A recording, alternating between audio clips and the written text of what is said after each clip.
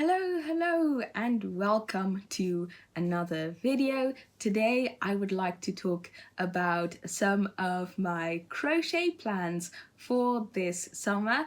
So not too long ago I made a video about summer tops that I would like to knit, and in that video I kind of sneakily inserted a crochet pattern, and that was this waistcoat right here. And I made it and something clicked in my mind, something that told me that I need to make more crochet summer pieces. So I looked online and I found a really nice roundup of patterns that I would like to try out, and I've also kind of come up with a game plan for myself, so I'll be just talking about all of that today. So first up we have the game plan. So I love to play with colors when it comes to knitting, and so I was thinking, how can I pack the least amount of garments with me for my trip? So I'm a bit of context. I'm going to visit some family in a couple of weeks and I'll be swimming a lot. It's going to be really warm and I would like to pack light as well, so I have to be a bit strategic about this. And so I was thinking, how can I make a minimal amount of garments but have enough to mix and match? So here's the game plan. I'm going to make a couple of really colorful pieces, and then I'll have a couple with more muted and neutral colors, so that I can have something really bright with all different types of colors, and then I can match it with just a random beige skirt, something like that. Yeah, so that's my game plan. In this video, I will be talking about the construction of all these pieces because I bought all of the patterns and I've read through them. And yeah, so you're going to hear about how the pieces are going to be constructed. Most of these patterns are actually available on Etsy, but the thing with Etsy, there are a ton of grifters there, so I have figured out a strategy how to deal with those. So it's not too complicated. I thought I would just share beforehand if you are also looking to get some vintage patterns there. So what you're going to do is, first off, you find a pattern, right?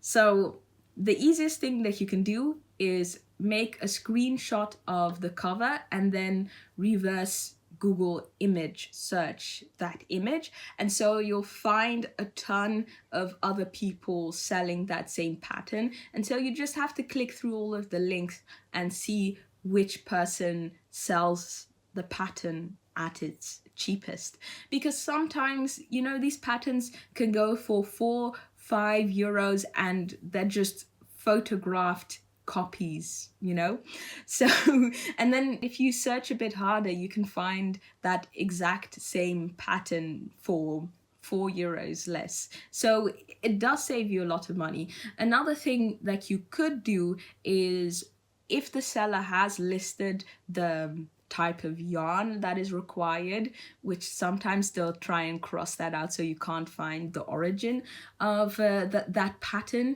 you can figure out the person, the original provider, creator of that pattern, and sometimes you may find that the pattern book that this pattern is in is actually freely available online. This has happened to me before. So those were kind of my tips and tricks that I use when it comes to buying PDF file patterns on Etsy. So having said all that, let's have a look at the patterns, starting off with the ones I would like to crochet with more neutral colors. First up, we have the Villa Wool Bolero, and this pattern uses Villa Wool's boucle, which is a 100% wool DK weight yarn. So the bolero is mainly made out of V stitches and shells. So the V stitches are just 2 double crochets attached using 3 chains. So the 3 chains on top, and then the shell is crocheted into that chain space. So the back and front are worked at the same time. It's a bottom up pattern. So you start with a setup row and then you continue working this 4-row repeat until you have reached the armhole.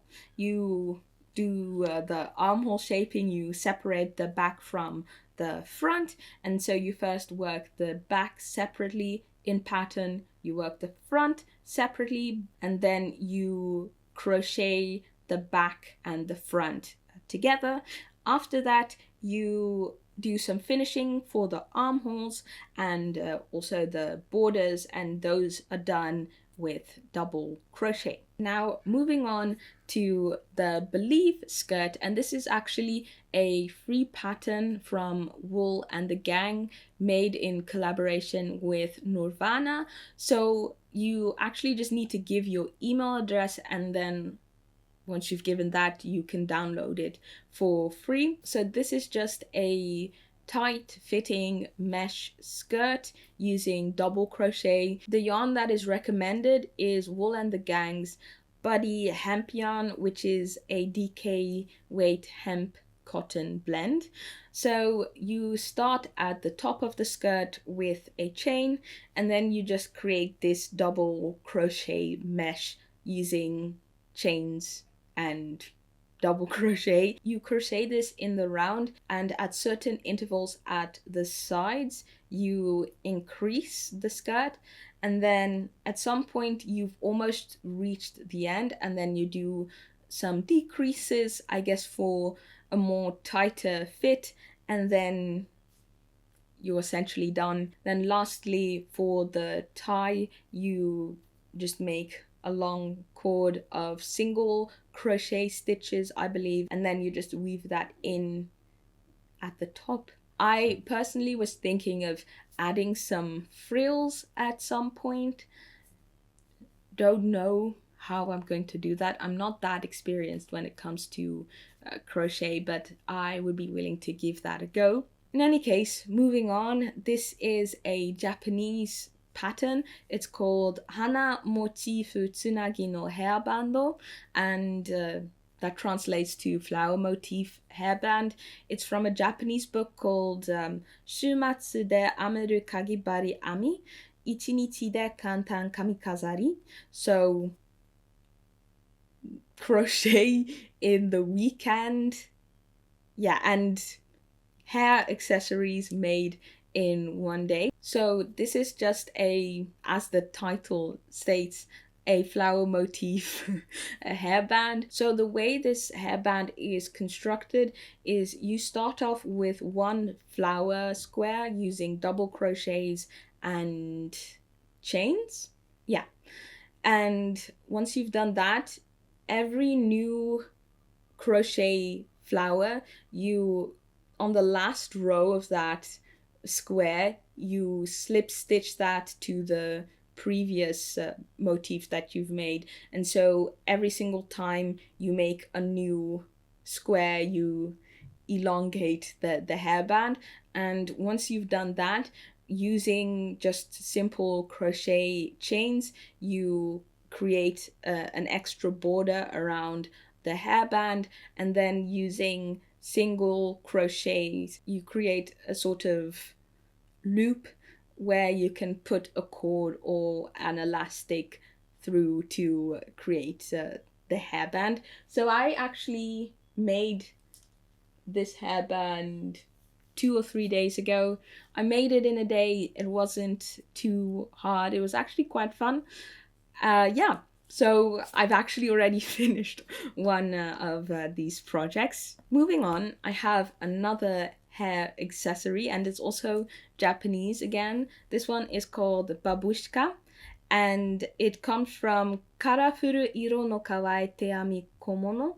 So small, colorful, and cute crocheted slash knitted or hand, yeah, so basically crocheted and knitted items. So this is a colorful triangular scarf consisting of flowers. The pattern has 9 different types of crocheted flowers, and you just crochet all of these in different types of colors. I think in total you might need 21 of these or 25, something in that ballpark. And so you crochet them all separately, and then afterwards you sew them together, and then you make 2 cords at the side. And then I believe also there are flowers at the bottom of the cord as well. So my plan is just to do this with different types or different shades of beige, maybe. Otherwise, I'm going to use some leftovers from other colorful projects and just see what happens essentially. I personally don't think that I would like to sew up all of these flowers separately. I think I could just plan out the shape and use slip stitches instead. Now moving on to the more colorful garments that I would like to crochet. So I finished crocheting this waistcoat, and the original pattern actually makes you crochet a peplum, and I opted out of that, and so I ended up with quite a bit of leftover yarn. And so I thought maybe it would be fun to make some crochet pants. So I found this pattern from the 70s. The pattern offers 2 crochet pants, and I would like to make the one with the granny square pocket. So there are no brand suggestions. The pattern just suggests you use worsted weight yarn. Also no information on the fiber content. But yeah, it is a bottom-up pattern. So you start with the legs. You use the main color for a foundation chain. Then you do a row of double crochet shells and then a row of single crochet. So once you finished the first leg, you do the same for the second leg, and after that you join them and you start, well, you continue crocheting in the round, and you actually do alternating rows of single crochet, regular single crochet, I should say, and then single crochet through the back loop. Didn't know that existed, but apparently it does. And you do that until you've reached the point where you have the opening for the pants, and then you just do single crochet flat. You do some short rows at the back, which seems really interesting.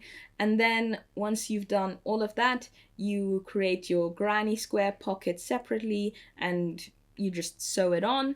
And then you do the finishing with the contrast colors. And those are done with mainly double crochet shells, I believe. And then you also make the cord, and you, like the belief skirt, you thread it through the top of your garment, and then you're done. Then I have another modern pattern. This is the Venus top by Liz and Hook. I bought this pattern last year and I tried making this top with merino wool and I was not feeling it, so I scratched that project. As for this pattern, the yarn suggestion is that you pick a yarn that has, I think, a specific type of hook size, but my guess is that you can actually just use DK weight yarn. So the pattern is pretty straightforward, I would say. You just have a couple of pentagons, yeah, I think you call them pentagons, and a couple of squares. And once you've made all of them, you seam them together, and then you have 2 options for the back, you can either just use some straps or cords. Yeah, you can use some ties, some cords to, yes, to lace to lace the back, and then you're done. Or you can choose to do some crochet ribbing, and then you're done. So yeah, that's the pattern. Then I have another halter top, and this one is again vintage. It's called the Granny Square halter top. There are actually two versions, one with one triangle here at the center, or just the two triangles.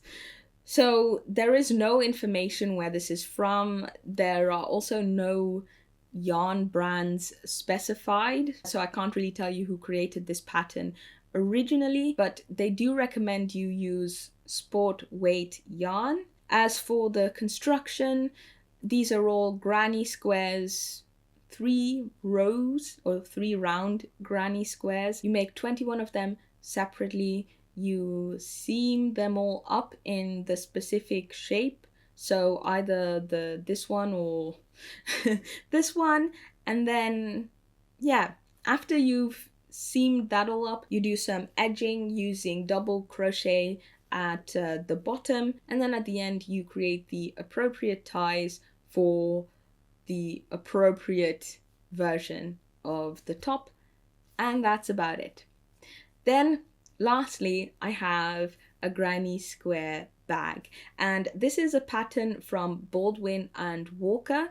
So the pattern suggests you use DK weight yarn. I have no info on the fiber content because this yarn is discontinued. I think it was called something like Lady County double knitting yarn.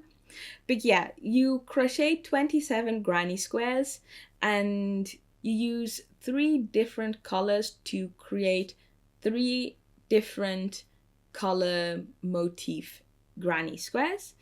And yeah, so you create 9 of each of those. So in total you'll have 27 granny squares, and the pattern will tell you how to place all these colors. So once you have crocheted all of these squares, they suggest you either sew or crochet them together, and the pattern tells you exactly how to place them. In the end, you end up with a 3x9 long strip, and then you double crochet all around that strip, and then it's time for the side gusset.